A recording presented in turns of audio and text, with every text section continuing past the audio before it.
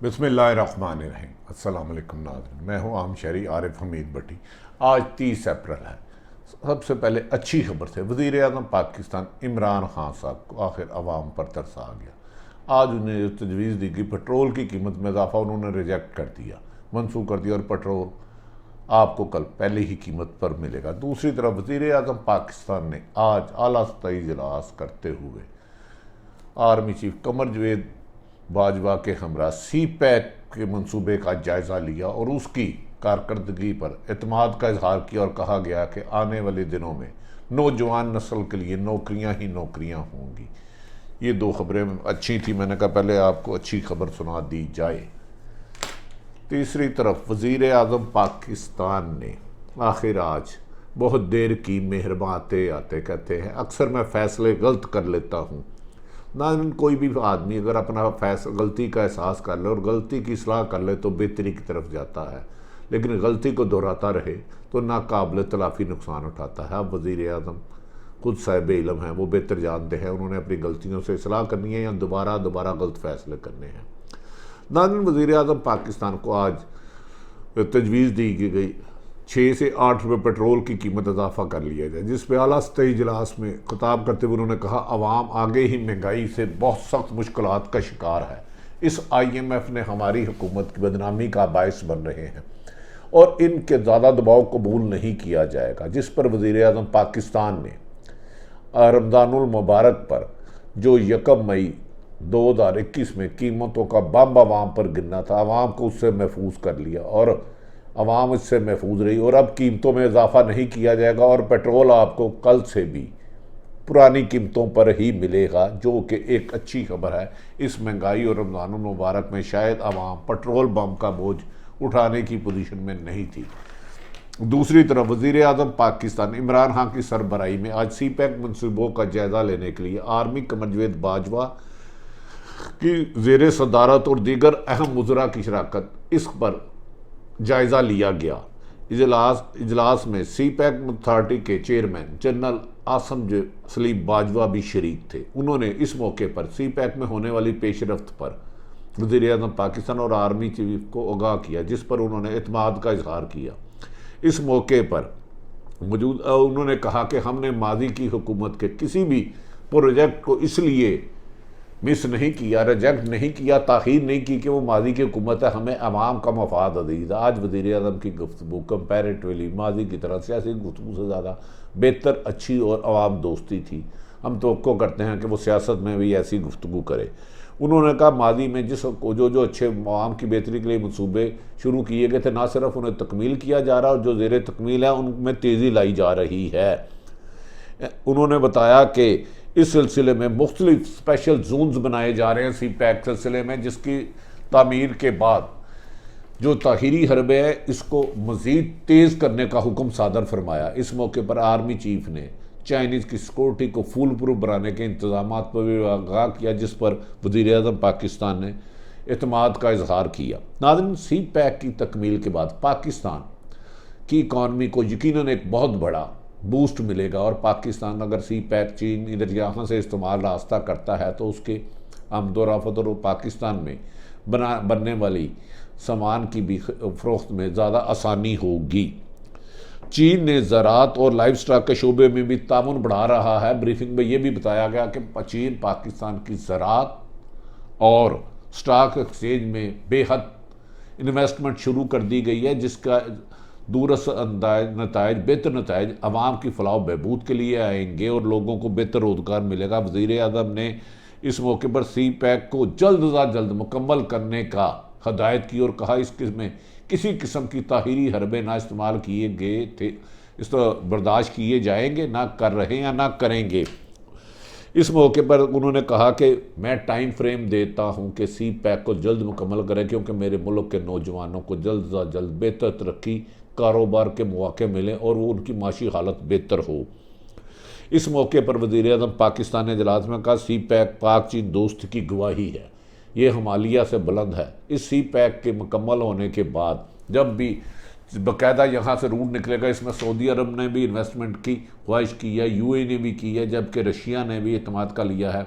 तो जब ये कंप्लीट हो जाएगा तो पाकिस्तान में जो करोड़ों लोग बेरोज़गार हैं उन्हें ना सिर्फ सरकारी नौकरियां मिलेंगी बल्कि उनके कारोबार को वसी तौर पर ज़्यादा तरक्की के चांसेस मिलेंगे और जिससे पाकिस्तान मज़ीद तरक्की करेगा। नाज़रीन, ये थी दो अच्छी तरीन ख़बरें।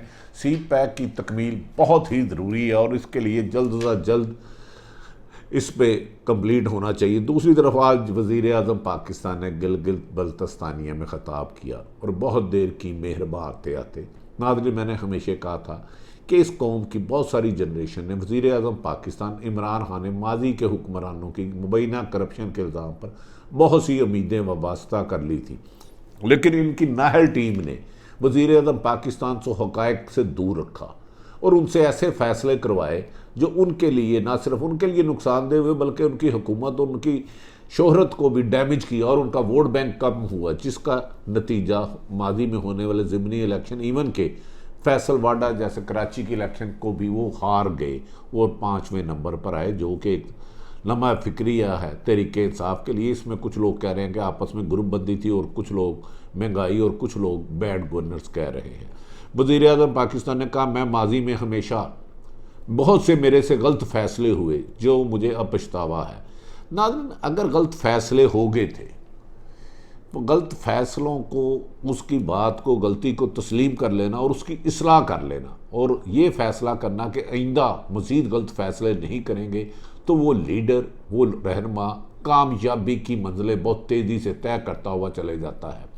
लेकिन अगर लीडर ज़िद पर फंसा रहे कि मैंने जो कह दिया, मैं अक्ले कुल हूँ, मैं किसी की बात नहीं सुनूंगा, तो वो न सिर्फ अपनी जमात की तबाही और हुकूमत के लिए नुकसान का बायस बनता है बल्कि कौमों के ज़वाल की वजह भी बन जाता है। तो वज़ीर आज़म ने आज जो इसका इजहार किया कि मैं ये भी सोचता रहा कि इसको वज़ीर बनाना चाहिए, नहीं इसको बनाना चाहिए, वज़ीर आज़म साहब अब सोचने का वक्त आपके पास नहीं रहा। जो आप समझते हैं कि माजी में गलत फ़ैसले किए, गलत बंदों को गवर्नर बना, वज़ीर बना दिया या ब्यूरोक्रेसी में लगा दिया, अब आपके पास टाइम का मुकाबला सख्त है। PDM पंजे गाड़े हुए है, ज़िमनी इलेक्शन में आपकी हार सामने नज़र आ रही है। अब आपको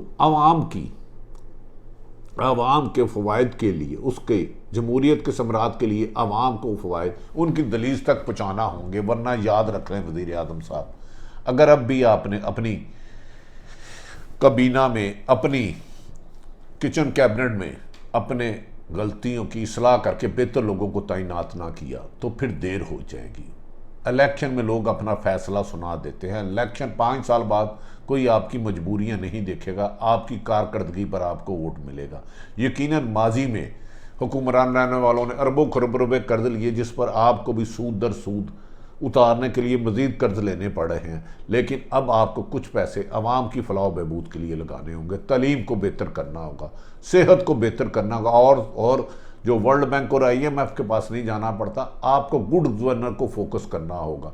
बैड गवर्नर की वजह से, करप्शन की वजह से, नाहली की वजह से आप जैसे वज़ीर आज़म जिसकी 22 साल जद्दोजहद है, उन्हें बहुत नुकसान हो रहा है।